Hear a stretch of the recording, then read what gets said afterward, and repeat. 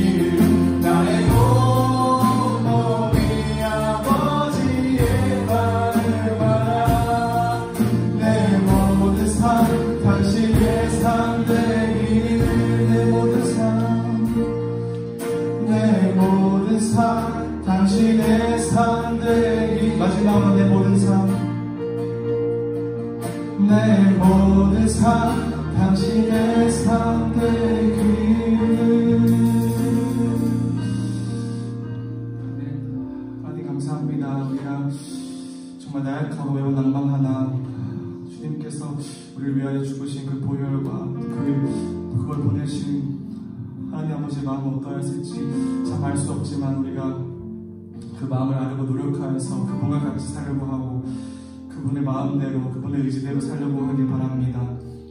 우리 한 주간 그분의 바람처럼 살지 못한 게 있다면, 회개할 것이 있다면 우리 이 시간을 사용하여서 함께 기도하고 회개하기 원합니다. 우리 대표 기도자가 오실 때까지 우리 지난 한 주간 우리는 과연 아버지 마음대로 살았는지, 그분의 뜻대로 그분의 의지대로 살려고 노력했는지 돌이켜보며 우리 함께 기도하기 원합니다. 함께 기도하시겠습니다.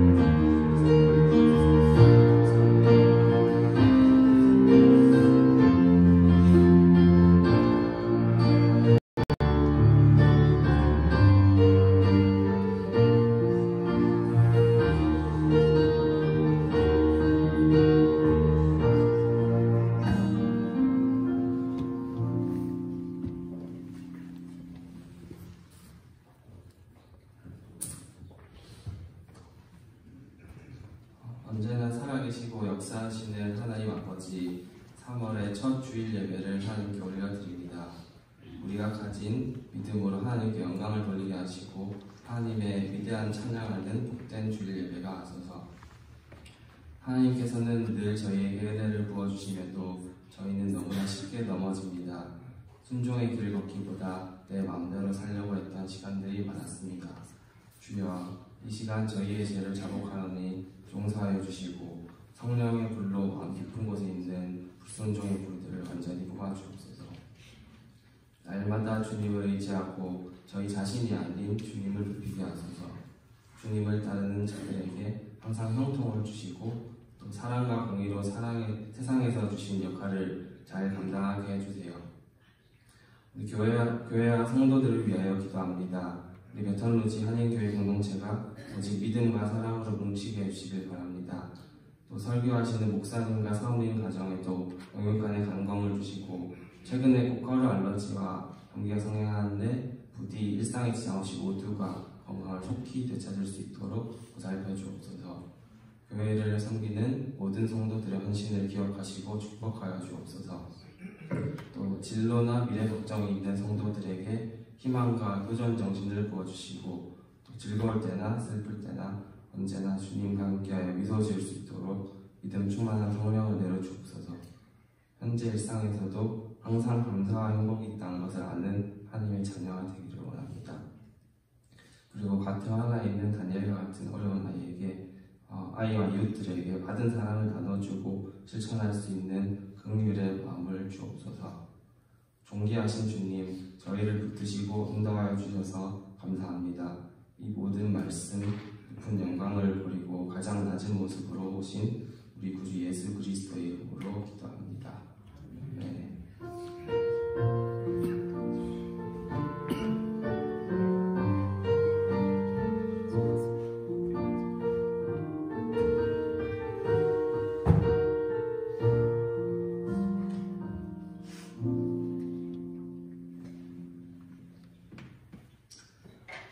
할렐루야.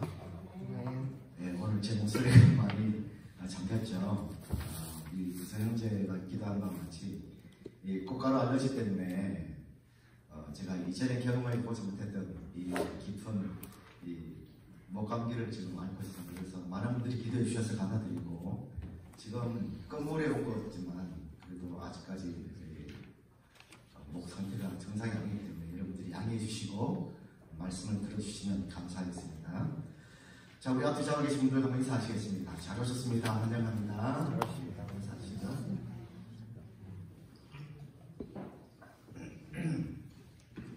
광고 말씀까지 드리겠습니다. 주보를 첨부하시면 되겠습니다. 3월 생명의 삶 큐티책이 로비에 비치되어 있으니까 필요하신 분들 이용해 주시기 바랍니다.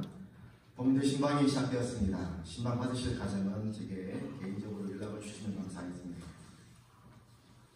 그리고 3월 31일은 부활절인데요. 예수님 부활하신 부활절을 우리가 맞이하면서 부활절 예배 특성 희망하시는 분을 우리가 기다리고 있습니다. 혹 마음이 동하시는 분이 계시다면 제게 연락을 주셔서 함께 부활절 은혜를 나누시면 참 좋겠다 싶습니다. 그리고 이날은 예배 후에 전교인 사진 촬영이 있으니까 한 분도 빠짐없이 참석하셔서 사진 촬영에 임해 주시면 감사하겠습니다. 그리고 오늘 교회 청소는 오해 목장입니다. 나머지 광고는 주보를 첨부해 주시고요. 하나님의 말씀 같이 보시겠습니다.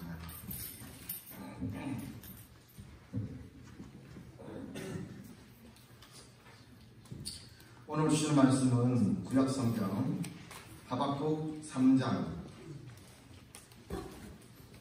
17절과 18절 되겠습니다.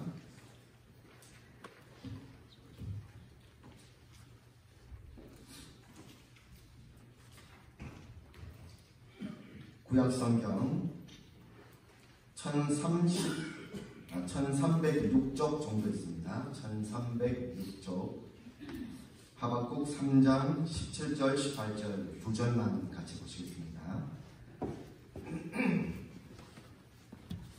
네, 합독하겠습니다. 시작. 비록 무화과 나무가 숲을 승하지 못하며 포도나무에 열매가 없으며 모두의 소중이었으며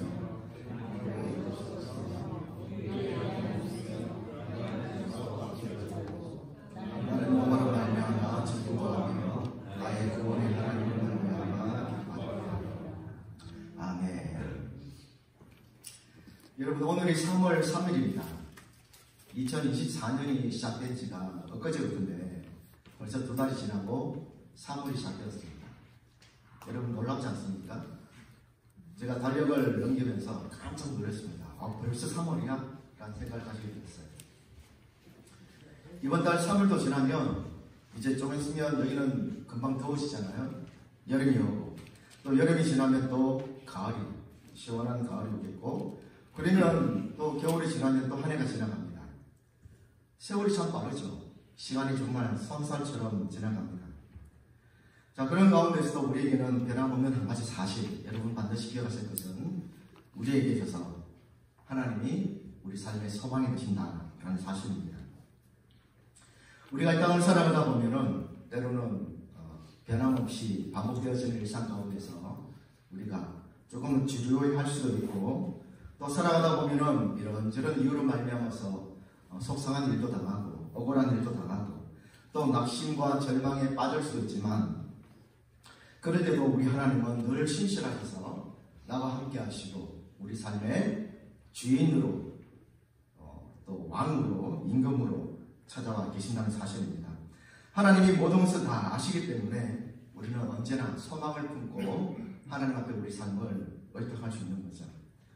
하나님께서 오늘도 임마누엘로 우리와 함께 하시고 에베네셀로 우리를 도우시며 결국에는 여호와 니시, 승리의 하나님으로 우리 가운데 역사하실 걸 여러분 믿으시고, 우리가 이제 3월 이후 남은 2024년도 주와 함께 동행하시기를 간절히 축복하겠습니다. 자, 우리가 읽은 이 하박국서 말씀은요, 굉장히 유명한 말씀이고 또 찬송, 우리 복음성가 가사로도 나와 있는 부분이죠. 그래서 17절, 18절은 아마 여러분들이 이렇게 한 번쯤은 들어보셨을 만한 그런 말씀이라고 생각합니다.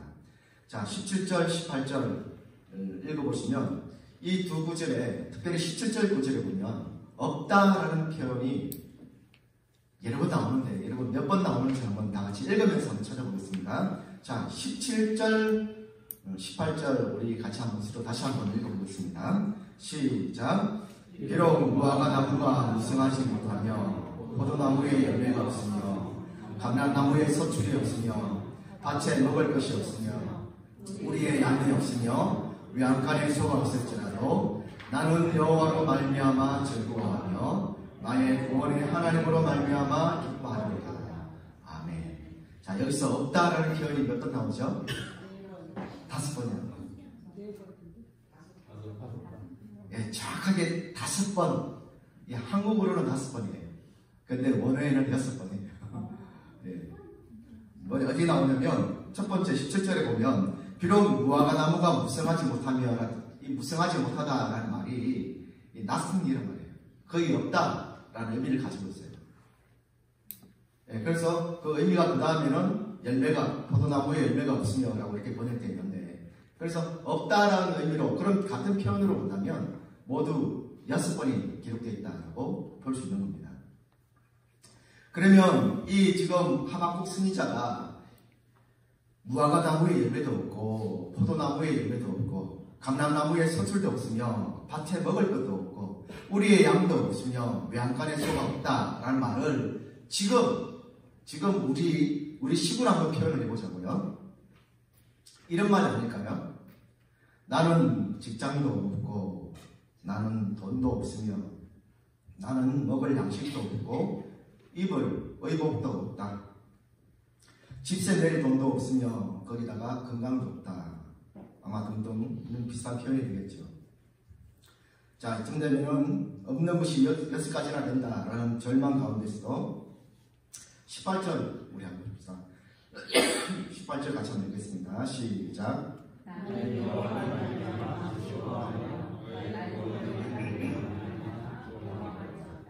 예.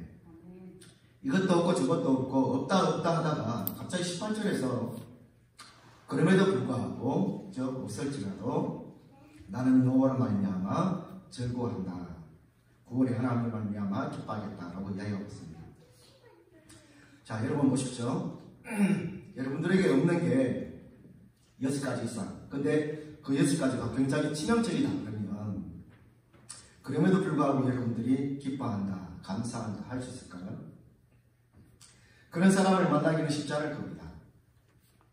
웬만한 믿음의 사람이 아니고서는 조금은 좀 어딘가 이상하다 할 만큼 그런 사람 아니겠습니까? 여러분, 오늘 하박국 선지자는 절망과 한숨, 슬픔 가운데서도 희망과 소망을 노래하고 있습니다. 하박국 선지자를 잠깐 소개를 하면 그는 BC 7세기경 남유다에서 활동한 선지자인데요. 예레미야 아시죠? 예레미야와 함께 사역했던 그런 선지자입니다. 하박국 성경을 보면은 그 내용이 이렇습니다. 선민 남유다, 이스라엘 백성이죠. 북이스라엘과 남유다가 있었는데 통틀어서 이스라엘 백성이라고 우리가 부르잖아요. 이 이스라엘 백성들은 선민이니까 결코 그들이 잘못을 저지르고 범죄해도 하나님이 이들을 심판하지 않는다. 이들은 절대로 멸망하지 않는다. 그런 이 잘못된 확신을 갖고 있었던 것이죠.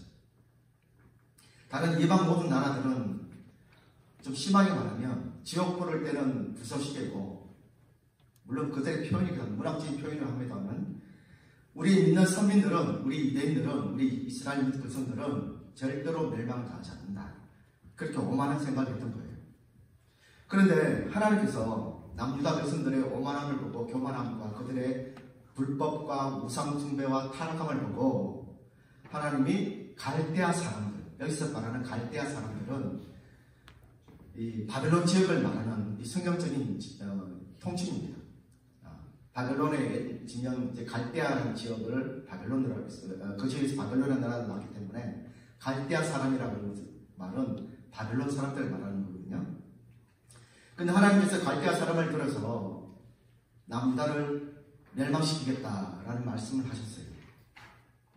그 이야기를 듣고 하박국이 깜짝 놀라죠. 아니, 우리는 믿는 선민이고 하나님의 택한 백성인데 어떻게 타락한 이방인들의 손을 빌어서 우리를 멸망시킬 수 있습니까? 라고 하박국 선지자가 화들짝 놀란 겁니다. 하나님의 이러한 계획은 너무나 충격적이었습니다. 근데 여기까지만 생각하면 정말 절망적이겠지만, 근데 하나님은 또 뭐라고 말씀하시냐면 바벨론 역시 그들의 교만과 그들의 타락으로 말미암아 하나님이 징벌하시고 심판할 것이다. 그리고 그 후에는 너희들을 다시 내가 구원하고 회복해 주겠다는 그런 메시지를 받게 되었습니다. 그래서 그 메시지를 받은 다음에 하박국 선지자는 이제 주님 앞에 감사하는 거죠. 감사하면서 이것이 없고 저것도 없고 이렇게 할지라도 내가 하나님 앞에 감사합니다. 그런 고백을 하는 것이 이 하박국서의 주요 내용이라는 거죠. 자, 그러면 보세요. 하박국 선지자가 맨 처음 하나님의 계획을 들었을 때 극도로 놀란 가슴에 답답함을 토로하였지만, 근데 하나님의 구원의 계획을 들은 뒤에는 달라진 거죠. 하나님 뜻을 모를 때는 마음이 힘들고 시험에 또 찾아오기도 하고 온갖 의문에 휩싸일 수 있지만, 근데 하나님의 크신 뜻을 깨닫고부터는 이제는 하나님 앞에 찬양할 수 있는 거예요. 우리 선민 남유다 백성들이 왜 이렇게 핍박을 받나? 왜 하나님께서 바벨론이라고 하는 이방 나라, 저 이방 나라를 통해서 우리를 선민을 하나님께서 멸하시나 불만투성이었지만, 그러나 알고 보니 교만한 이스라엘 백성을 꺾으시고 그들로 낮추시며, 그리고 그들을 침공한 바벨론을 하나님이 심판하시고 멸하시면서 다시 이스라엘을 회복하시고 구원하겠다는 하나님의 원대한 계획을 알고부터는 그렇구나, 역시 하나님은 다 계획이 있으시구나, 하나님을 찬양하고 하나님을 높여드리는 겁니다. 그래서 17절 말씀 다시 한번 보십시오. 17절, 비록 무화과 나무가 무성치지 못하며 포도나무에 열매가 없으며 감람나무에 소출이 없으며 밭에 먹을 것이 없으며 우리의 양이 없으며 외양간에 소가 없을지라도, 그리고 18절, 나는 여호와로 말미암아 즐거워하며 나의 구원의 하나님으로 말미암아 기뻐하리로다. 자, 여러분, 이 하박국 선지자의 이와 같은 고백에 대해서 여러분 어떻게 생각하십니까? 대부분의 성도들은 이런 고백의 실천이 가능한가 의문을 품을 수 있죠. 무화과 나무, 포도나무, 감람나무 열매가 없고 밭에 식물이 없는데, 그리고 우리와 약간의 양과 소가 없으니 농사도 지을 수 없고, 그리고 우유도 만들 수 없으며 치즈도 만들 수 없고, 이 모든 것들은 이 사람이 살아가는 데 있어서 생명을 유지하는 데 있어서 필요한 것들인데, 모든 양식이 다 끊어진 상태, 이 절망적인 상황이죠. 그런데 이런 극한 상황에서도 이 하박국 선지자는 기뻐하고 즐거워한다, 하나님께 감사한다, 그렇게 노래하고 있습니다. 그래서 어떻게 보면 이 하박국 선지자가 지금 무슨 생각을 하고 있나, 그런 생각을 들죠. 그런데 여러분, 이것이 바로 참 신앙의 모습이 아닌가 싶은 생각이 가지게 되었습니다. 하나님의 본뜻을 알고 하나님께서 어떤 분이신지를 제대로 알고 경험했기 때문에 하박국은 없는 가운데 무엇이 없을지라도 나는 하나님을 신뢰하고 믿기 때문에 하나님, 저는 주님을 인하여 즐거워하고 기뻐하겠습니다, 노래하는 거죠. 이것이 바로 참된 신앙을 가진 사람의 모습이라는 것입니다. 참 신앙인은 이처럼 자기의 있는 모든 것을 잃어버린다 할지라도, 모든 것을 다 잃고 극한의 고통 가운데 처한다 할지라도, 그러나 내 삶을 주관하시고 내 삶을 붙들고 계시며, 그리고 대반전, 대역전을 일으키실 그 하나님의 역사하심을 내가 믿기 때문에, 신뢰하기 때문에 즐거워하고 기뻐한다라는 것입니다. 이게 바로 믿음의 사람의 특징이라는 거죠. 그래서 하나님께서도 이렇게 말씀하십니다. 하박국서 2장 4절에 이런 말씀을 하세요. 자, 같이 한번 읽겠습니다. 시작. 의인은 그의 믿음으로 말미암아 살리라. 여러분, 의인들, 믿는 자들은 무엇으로 말미암아 살는다고요? 믿음으로 말미암아. 이 믿음은 누구를 향한 믿음입니까? 하나님을 향한 믿음이죠. 그렇죠? 하나님을 향한 믿음이에요. 이 믿음은요, 그리 아니하실지라도 이 믿음이고, 이 믿음은 무엇이 없을지라도 이 믿음이고, 이 믿음은 내가 지금 당장 먹고 살아야 되는 문제 가운데서 내가 처한 상황이 너무나 기가 막히고 너무나 억울하고 너무나 말이 안 되는 상황이 나온다 할지라도, 하나님이 이 모든 상황을 다 알고 계시고, 하나님이 이 모든 상황의 시작과 과정을 알고 계시고, 하나님께서 나의 모든 억울함을 알고, 하나님의 나의 모든 기도의 제목을 알고, 하나님의 나의 중심을 알기 때문에, 그럴지라도 나는 하나님을 신뢰하고 하나님을 의지합니다. 여러분, 그 믿음입니다. 모든 것이 형통하고 모든 것이 좋을 때야 우리가 믿음 충만한 것, 그건 쉽죠. 누구나 다 할 수 있는 이야기입니다. 그런데 성경에서 말하는 의인은 그의 믿음으로 말미암아 살리라, 이 말은요, 이 말을 말씀하신 이유는 뭐냐면, 갈대아 사람 바벨론이 남유다를 침공하고 그들을 멸하고 그들을 사륙하고 그 남유다를 철저하게 패망시키는 그 상황 가운데서도 진짜 믿음의 사람, 의인이라면 하나님의 구원과 회복을 바라보고 인내하고 참고 믿음으로 살아가는 것이다, 그런 의도로 하나님이 하박국에게 말씀하신 거예요. 그래서 그저 우리가 예수 믿는 정도, 교회 와서 예배하는 정도로, 그 정도로 믿음, 사회에서는 그냥 예수 믿는 그 정도, 우리가 말씀 생활하고 기도 생활하는 그 정도의 믿음으로 사는 것, 여러분, 그건 기본. 하박국서에서 말씀하신 하나님의 본 의도는 그걸 초월하는 거예요. 상상할 수 없는 절망과 낙심 가운데서도 의인은 하나님을 향한 믿음을 가지고 사는 것이다. 그것이 믿음이다. 그것이 참된 신앙입니다. 그 말씀을 하고 있는 겁니다. 믿음으로 산다는 것은 무엇 할지라도 하나님으로 말미암아 즐거워하고 기뻐하며 살아가는 겁니다. 하나님께서 나의 모든 것을 다 거두어 가신다 할지라도, 하나님의 남유다를 철저하게 패망시키고, 그리고 바벨론으로 포로들을, 수많은 사람들을 포로로 70년 이상 끌고 가서 거기서 얼마나 이곳마을에서 고생하며, 여러분, 극한의 고통 가운데 그들이 나가지 않습니까? 성전은 회파되어지고 거기 안에 있던 모든 거룩한 기념들을 다 빼앗겨버리고, 그 땅은 나누어지고 백성들은 뿔뿔이 이산가지로 흩어지는 그런 극심한 고통 가운데서 하나님의 구원과 회복을 바라보고 살아가는 것, 그것이 믿음이다. 그리고 그렇게 살아가는 것이 바로 의인이다. 믿는 성도들의 모습이다. 그렇게 하나님께서 그런 의도로 하박국에게 말씀하신 겁니다. 여러분, 우리에게 이러한 믿음이 있습니까? 우리에게 이와 같은 하나님의 구원에 그리고 하나님의 회복하심에 대한 약속, 그리고 거기에 대해서 우리가 확실하게 믿고 있냐라는 겁니다.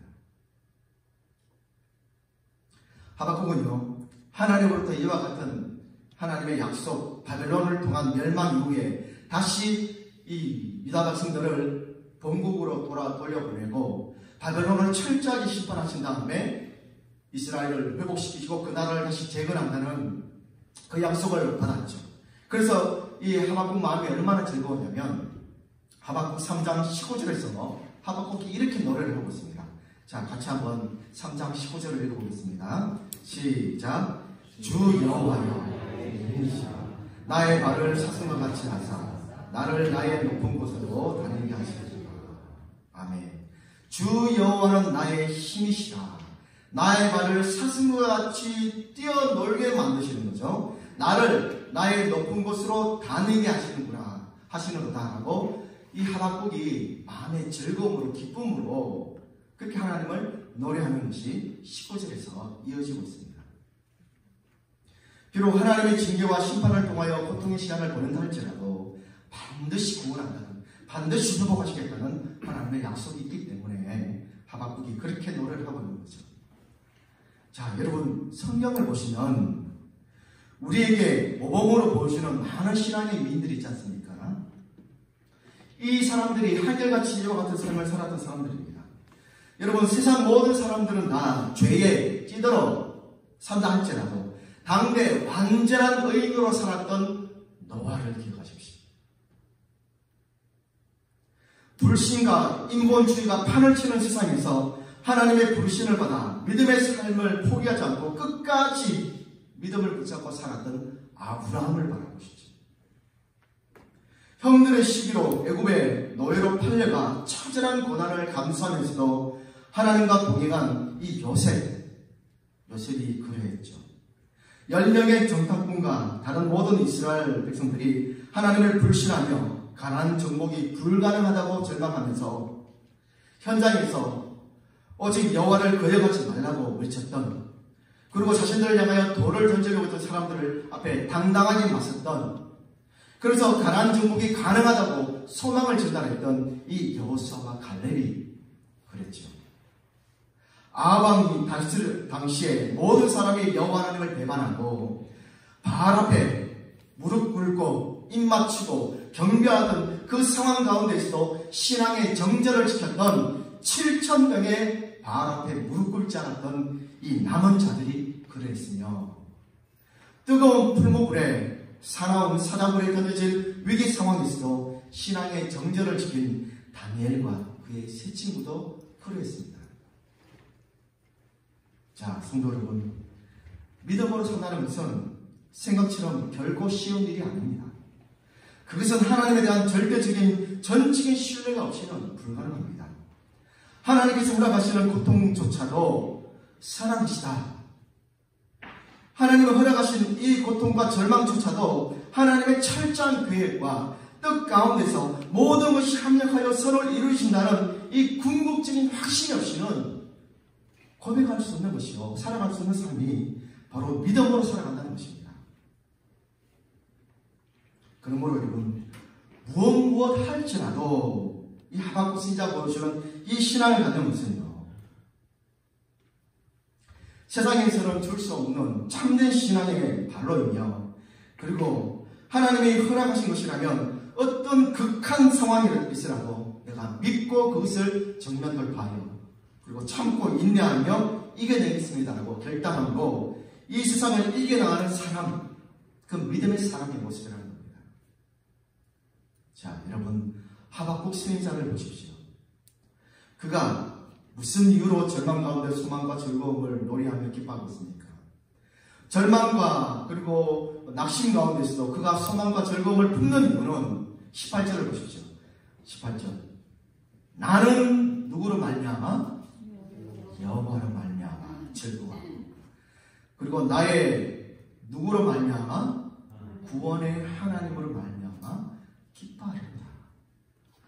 하박국 선지자가 절망과 낙심의 메시지 앞에서도, 그러나 그가 다시 그리할지라도 무엇 할지라도 그가 즐거워하고 기뻐하는 이유는 하나님의 구원과 회복의 말씀을 들었기 때문이었으며, 그리고 그 말씀을 통하여 이루실 하나님 여호와를 믿었기 때문에 이게 가능한 일이었다는 것이죠. 여러분, 하박국이 말을 하고 있습니다. 내가 절망 가운데서도, 내가 절망 가운데서 하나님을 향하여 기쁨의 노래를 부르고 기뻐할 수 있는 이유는 오직 한 가지, 바로 하나님 때문입니다. 그렇게 말을 하고 있는 겁니다.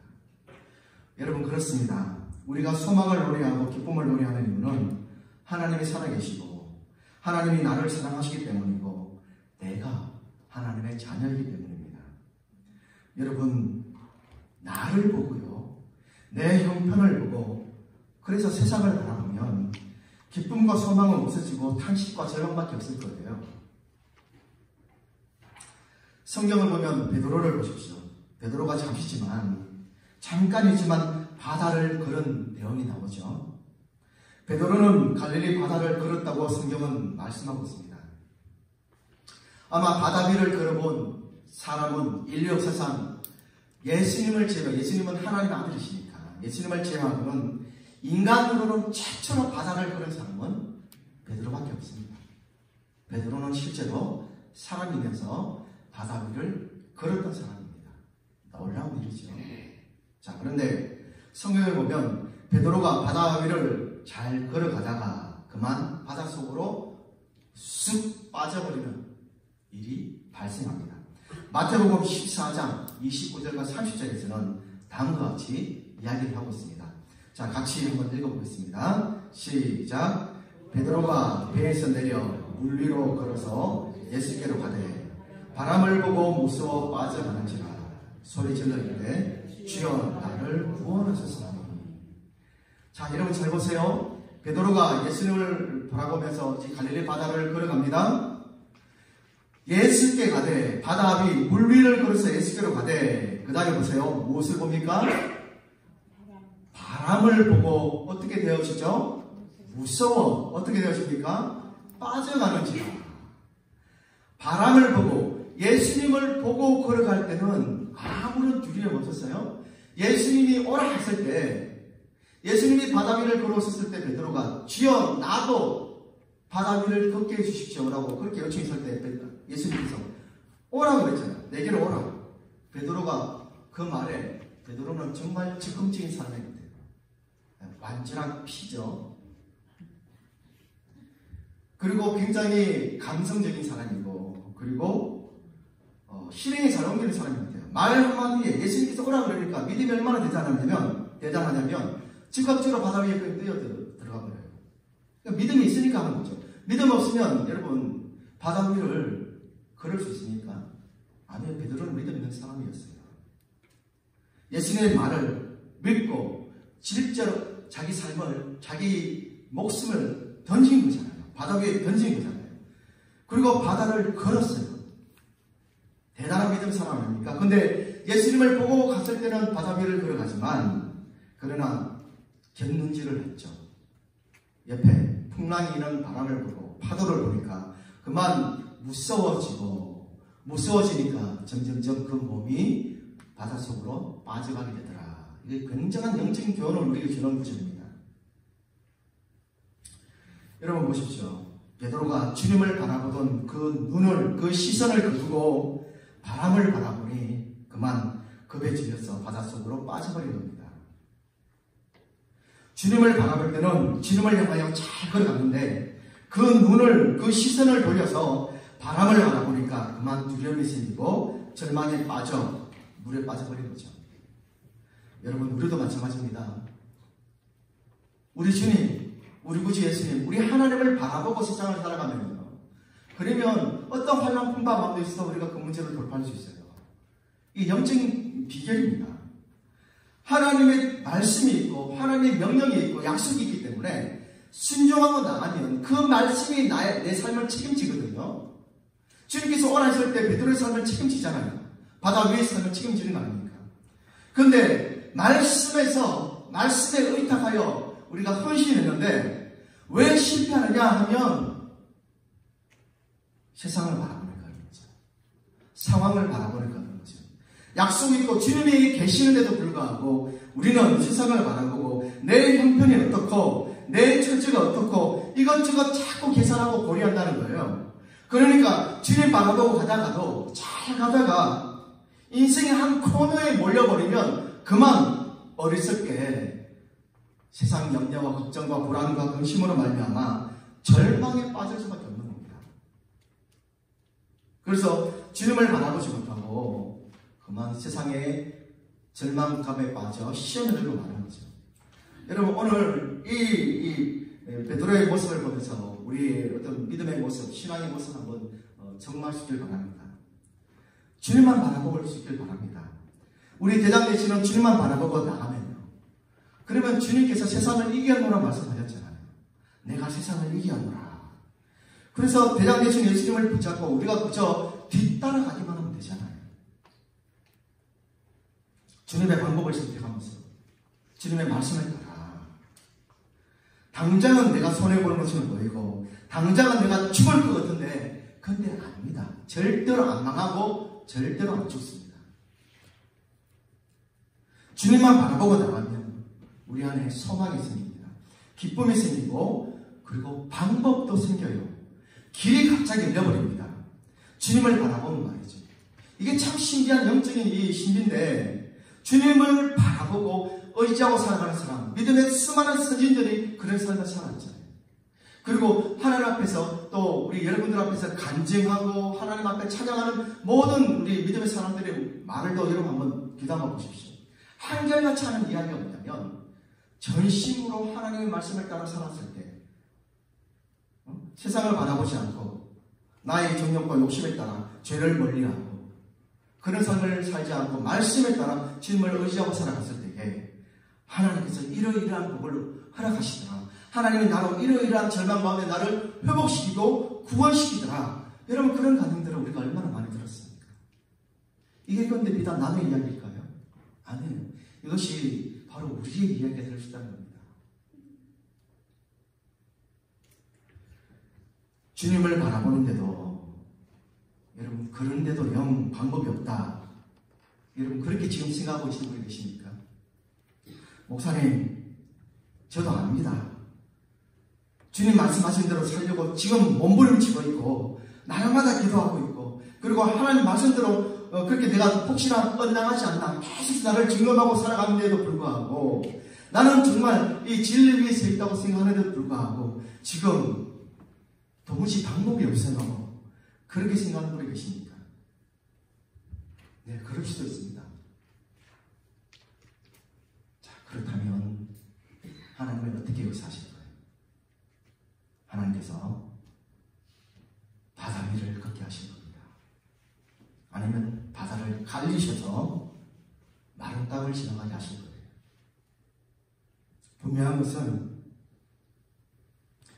내가 전적으로 어려움을 만나서 하나님께 매달려 있는데도 그런데도 하나님의 길을 열어주시지 않고 문제를 해결해 주지 않는다면 전적으로 내가 하나님의 말씀을 선택하고 기도하고 언제나 하나님을 붙잡고 살아감에도 불구하고 길이 열려지지 않고 문제가 해결되지 않는다면 여러분 오히려 더 큰 기대를 가지십시오. 하나님께서 어마어마한 일을 큰 일을 지금 계획하고 계시는구나.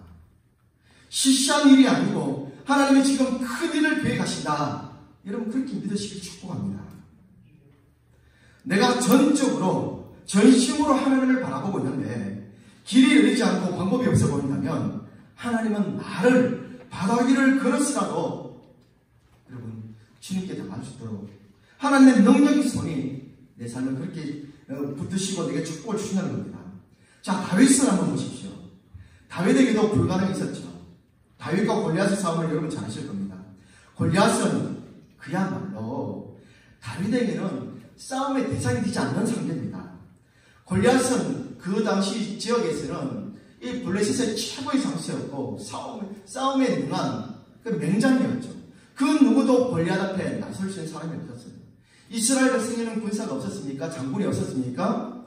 용사가 없습니까? 있었습니다. 그럼에도 불구하고 골리앗 명성 앞에 그리고 그 위풍 앞에 나올 수 없었죠. 골리앗이 워낙 막강한 그런 용장이었으니까. 근데 이 어린 다윗은요, 10대 중반쯤 되어 보이는 그 나이 때 이런 보세요. 다윗. 그 어린 다윗이 골리앗 앞에 나와서 싸운다는 것은 말이 안 되는 거 아니겠습니까? 이 싸움은 하나만 하잖아요.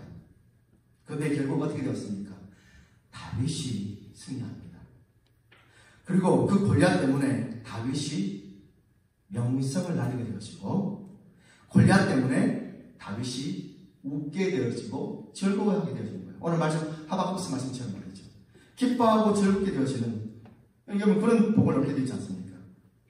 다윗은 골리앗보다 더 크신 하나님을 바라보는 길로 갑니다. 이스라엘 백성들은 골리앗의 풍채와 그의 당당한 무기만 바라봤죠. 그런데 다윗은 그렇지 않았습니다.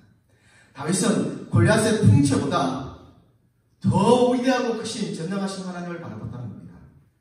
여러분, 그깟 한 7피트, 한 3m 되는 거구 이 골리앗을 바라본 것이 아니고요. 하나님의 위대하시고 크신 능력을 바라보았다는 겁니다. 그래서 하나님 앞에다가 골리앗을 앞에 세워보니 이런 비교가 안 되잖아요. 하나님의 크기와 골리앗의 크기를 어떻게 비교가 되겠습니까? 다윗의 지혜가 여기에 있는 거죠. 여러분이 갖고 있는 문제 있으니까 그것을 하나님의 사이즈와 비교해 보십시오. 여러분이 안고 있는 여러 인생의 문제들, 그 사이즈와 하나님의 사이즈를 비교해 보십시오. 그리고 여러분들이 판단하고 결정하십시오. 하나님보다 여러분이 갖고 있는 문제 사이즈가 더 크다면 그러면 절망할 수 있어요. 예, 절망하셔도 됩니다. 그런데 문제의 사이즈보다 하나님께서 더 크고 위대하신 분이라고 여러분이 정말 믿는다면 여러분들이 절망할 이유가 없어요. 다윗은 하나님을 바라보았기 때문에 골리앗이 작아 보였던 겁니다. 그래서 여러분, 우리가 어떤 문제를 만나도 그 문제를 바라보기보다는 그 문제를 넘어 역사하시고 그 문제를 좌지우지하시는 여러분 하나님의 능력을 바라볼 수 있기를 축복합니다. 여러분, 그럴 때 우리 가운데 소망이 생기는 거예요. 절망 가운데 소망이 생기는 거예요. 하나님으로부터 오는 그 간절함이 생기는 거고 소망이 생기고 그게 다시 일을 설 수 있는 용기가 나오는 겁니다.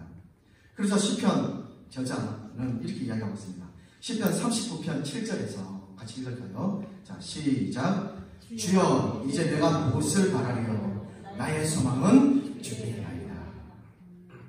아멘이세요? 다시 한번 따라 읽겠습니다. 같이요. 시작. 주여, 이제 내가 무엇을 바라보리요? 나의 소망은 주께이나이다. 아멘. 주님, 이제 내가 무엇을 바라겠습니까? 나의 소망은 오직 우리 주님께 있습니다.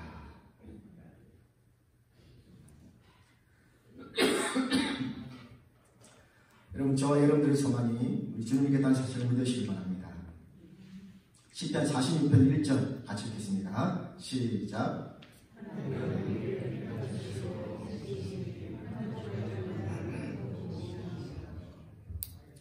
하나님은 우리의 피난처시요 힘이시니 환난 날에 만날 큰 도움이시라고 했습니다.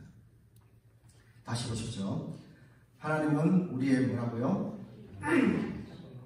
피난처시요 힘이시니 환난 중에 만날 어떤 도움?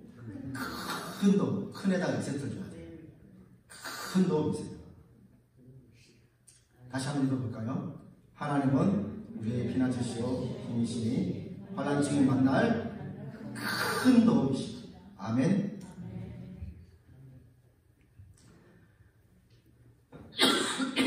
그리고 여러분, 환난 중에 우리가 누구를 만나야 된다고요? 환난 중에 우리 누구를 만나야 됩니까? 하나님. 환난 중에 큰 도움 되시는 하나님을 만나시기를 축복합니다. 신방을 하다 보면은 어려운 가정들을 이제 방문하게 되어집니다. 그리고 병원도 신방하게 되어지고 또 시험을 앞둔 사람들 또 사업장에도 신방을 가게 되어지고 여러 이 상황에 맞게 신방하면서 그게 맞는 말씀으로 축복도 하고 위로도 하고 기도도 합니다. 근데 이런 목회는 사실은 하나님의 은혜에 비하면 지극히 작은 거죠. 환난 중에 나의 큰 도움이 되시는 분은 하나님 한 분밖에 없습니다. 우리가 이 믿음을 오늘 가지지 않습니다. 그래서 시편 18편 2절에는 또 이렇게 기록하고 있습니다. 자, 같이 한번 읽겠습니다. 시작. 여호와는 나의 반석이시오 나의 의지시오 나의 근심이시오 나의 하나님이시오 내가 그 안에 피할 나의 바위시오 나의 방패시오 나의 구원의 뿔이시오 나의 산성이시오. 여호와는 나의 반석이시오 요새시오 근지시는 이시오 하나님이시오 바위시오 방패시오 구원의 뿔이시오 산성이시로다. 여러분, 이 시편 저자가 하나님으로 말미암아 얼마나 안정함을 누리고 있다는 사실 여러분 느끼시지 않습니까? 이사야는 또 이렇게 말을 하고 있습니다. 이사야 12장 2절 같이 읽겠습니다. 시작.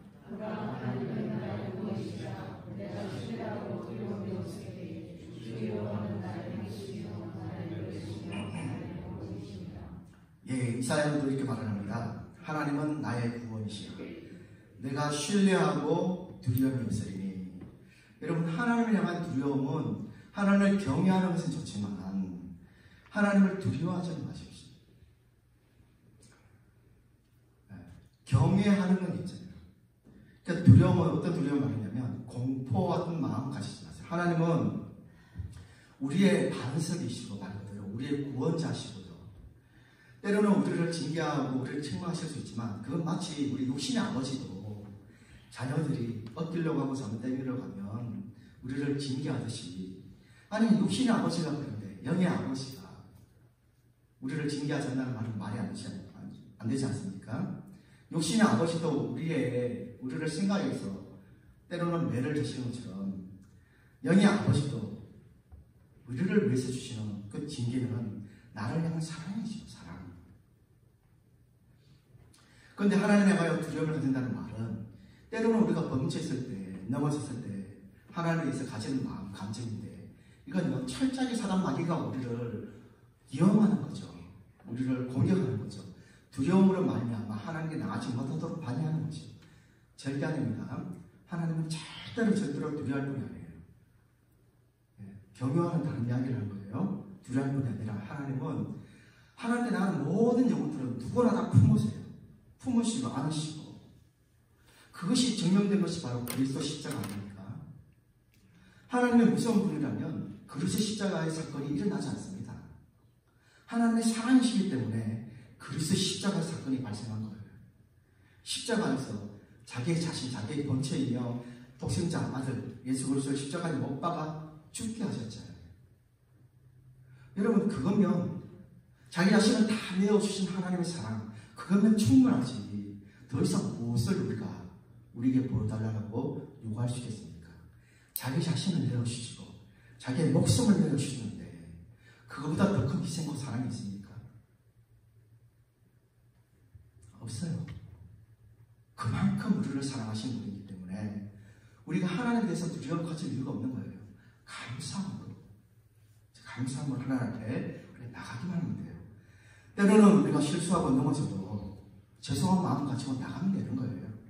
그러면 하나님은 우리를 구원하시고 우리에게 은혜를 베푸시고 회복해 주시는 거죠. 그러므로 여러분 주님밖에 없습니다. 환난 중에 역경 중에 우리의 소망이 되시는 분은 결정적으로 우리에게 위로가 되시는 분은 오직 하나님 한 분밖에 없다는 사실을 믿으시기로 축복합니다. 그래서 여러분 성경 인물을 보니까 지금 절망 중에 아브라함을 떠올려 봅니다. 아브라함을 한번 생각해 보십시오. 여러분 절망 중에 아브라함을 생각하세요. 제가 오늘 팁을 드릴게요. 아브라함에게 자식이 없었잖아요. 그런데 하나님께서 아브라함에게 자식에 대한 복을 주셨어요. 먼저 약속을 주셨는데 그때 하나님이 아브라함에게 자식에 대한 후손에 대한 약속을 주셨을 때 아브라함 나이가 몇 세인지 아십니까? 네, 맞습니다. 99세였어요. 99세. 사라는 몇 세인지 아십니까? 예, 10살 차이 나거든요. 89세였습니다. 그 나중에 사라가 90세 아이를 낳고 아브라함이 100세 때 아들 이삭을 낳았잖아요. 근데 보세요. 아브라함이 99세고 사라가 89세. 할아버지 할머니예요. 할아버지 할머니. 근데 하나님께서는 창세기 17장 19절에서 뭐라고 말씀하시냐면 같이 읽겠습니다. 시작. 하나님이 이르시되 네 아내 사라가 네게 아들을 낳으니 너는 그 이름을 이삭이라 하라. 내가 내년 이 시기에 사라가 네게 낳을 이삭을 세우리라. 여러분 구체적으로 앞으로 태어날 자식의 이름 이삭이라고 지어라고 이야기하고 그렇게까지 이야기하고 있죠. 내년 이맘에 네가 아들을 낳을 것인데 이름을 이삭이라고 해라. 그렇게 하나님이 약속하셨고 그 말씀대로 딱 1년 후에 아들 이삭이 태어납니다. 그때 아브라함의 나이가 100세, 사라의 나이는 90세가 되었습니다. 자 보십시오. 하나님의 약속대로 이삭이 태어나죠. 그래서 아브라함은 하나님으로 말미암아 기뻐하고 즐거워합니다. 오늘 하박국 선지자 말씀처럼 말이죠.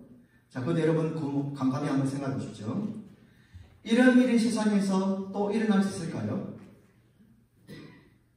아니 어떻게 99세에 99세 할아버지와 89세 할머니 몸에서 어떻게 아기가 생깁니까? 그리고 성경에서는 89세였던 이 사라는 이미 아이를 낳을 수 없는 몸이었다고 그렇게 성경은 이야기하고 있잖아요. 그런데 어떻게 이 할머니 몸에서 아이가 태어납니까? 그래서 그 이야기를 들었던 사라도 너무 어이가 없어서 그렇게 말씀하시는 그 하나님 음성을 듣고 그 장막 뒤에서 빙그레 웃었잖아요. 그래서 이 아들 이름이 이삭이 된 거예요. 이삭이라는 이름이 웃음이라는 뜻이잖아요. 사라가 웃었다 해서 아들 이름을 웃음 이삭이라고 지은 거예요. 여러분 실제로 아브라함과 사라에게는 아이를 가지는 것과 아이가 태어나는 것은 이건요 불가능했습니다. 다른 말로 말하면 절망이죠. 자, 그런데 그런 절망 가운데서 아브라함은 약속의 하나님을 믿었고 절망 중에서도 소망을 품게 되었습니다. 그런데 여러분 놀라운 사실을 보십시오. 놀라운 사실은 소망이 절망을 뛰어넘었습니다. 소망이요 절망을 이겨버린 겁니다. 이게 중요한 거예요.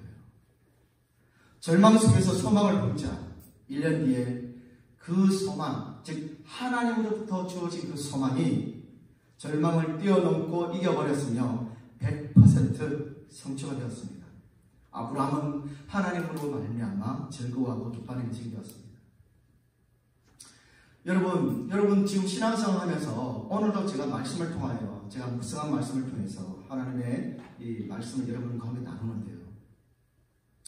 저는 이 소망을 100% 믿고 그리고 이 소망이 제 삶 가운데 온전히 성취되리라고 믿는 믿음을 가지고 이 설교를 지금 하고 있고요. 그리고 설교를 하면서 저도 이 설교에 제 자신을 적용하고 있습니다. 목사이기 때문에 목사라서 말씀만 전하고 목사도 부족한 사람이니까 설교에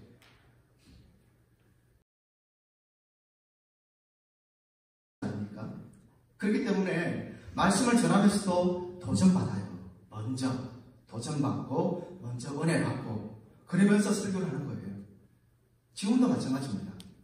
지금도 이 소망을 제가 지금 설교를 하지만 저는 나는 이 아멘을 되시면서 말씀을 전하고 있어요. 성도는 누구입니까? 절망 가운데서도 하나님을 믿는 그 믿음이 있기 때문에 그래 하나님이 말씀하셨으니까 그래 하나님이시기 때문에 그래 우리 주님이 약속하셨잖아. 그래 주님이 살아계시는 걸 그래 주님이 나를 구원하셨고 지금 나와 함께 하시잖아. 그런데 내가 이것 때문에 내가 절망한단 말인가. 여러분 그런 하나님에 대한 그 절망을 하나님에 대한 그 소망을 가지고 여러분이 가지고 있는 절망을 이겨내려고 하는 그런 간절한 마음의 소원을 지금 여러분들이 가지셔야 한다는 거예요.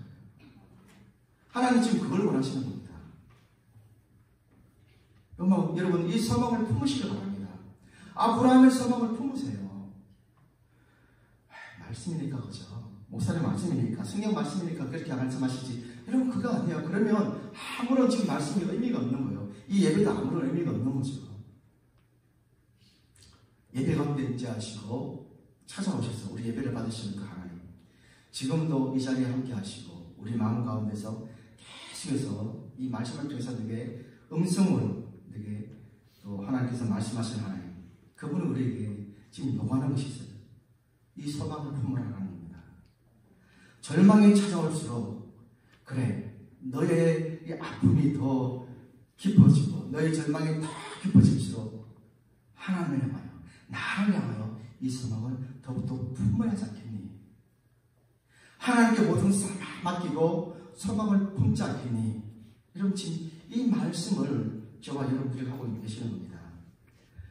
오늘 여러분들의 마음은 어떠합니까? 혹시 아직까지 새로운 소망을 품지 못하고 그저 막막하고 깜깜하다고 그렇게 생각하는 분이 계십니까? 여러분 하나님의 약속의 말씀에 소망을 주시길 바랍니다. 여러분 지금 꿈이 없습니까? 사시는 재미가 없으십니까? 그렇다면 올 1년 남은 우리 한 해 동안 하나님의 말씀을 부지런히 읽고 묵상해 보십시오. 무엇보다 우리가 매일매일 생명의 삶을 묵상하잖아요. 매일매일 생명의 삶, 우리 큐티집을 구입하셔서 읽어보시고, 그것도 힘드시면 제가 단톡방에 올려드리는 큐티 매일 나눔, 길지 않지 않습니까? 짧은 그 단톡방의 그 5분 음성 설교와 그리고 메시지를 여러분 읽으시고요. 그리고 그게 여러분 삶을 한번 대입하시고 적용해 보십시오. 그렇게 우리가 부지런히 말씀을 가까이 하는 삶을 한번 살아보자고요. 그래서 하나님의 약속의 말씀이 내게 어떻게 역사하시나, 우리가 그렇게 한번 어떻게 소망이 내게 되어주시나, 이 소망의 말씀이 어떻게 내 절망을 이겨내시는지, 이겨나게 하시는지를 우리가 한번 경험해 보자고요. 여러분 말씀을 이제 맺겠습니다. 지금 내가 얼마나 내 상황이 힘들고 어려운가 하는 것은 사실은 여러분 좀 죄송한 말씀인데 여러분 이해하고 들어주시면 감사하겠습니다. 내 상황이 지금 얼마나 힘든가, 이건 사실은 하나님 앞에서 그렇게 중요한 거 아닙니다. 정말 중요한 것은 내가 하나님 앞에서 얼마나 진지하게 기도하고 무릎을 꿇고 사느냐. 내가 얼마나 진지하게 하나님의 말씀을 내가 진리로 받아들이고 그 말씀에 아멘하여 그 말씀이 내게 복이 되어지고 그 말씀이 내게 절망에서 소망이 주고 그 절망에서 나를 승리케 한다는 사실, 이기게 한다는 사실을 내가 믿느냐, 그래서 그 말씀을 내가 순종하느냐, 여러분 그게 더 중요하다는 거예요. 왜냐하면 우리가 하나님 앞에 진심으로 다가가기만 한다면 하나님은 하늘 문을 여시고 하늘 보고를 하늘에서 부어주시는 분이십니다. 내가 하나님께 진심이면 하나님도 내게 진심으로 대하세요. 내가 하나님께 진실하다면 하나님은 하나님의 것들을 내게 아끼지 않고 낙임없이 부어주시는 분이십니다. 여러분 부디 이 사실을 믿으시기를 축복합니다. 성경에서 뭐라고 말씀하십니까?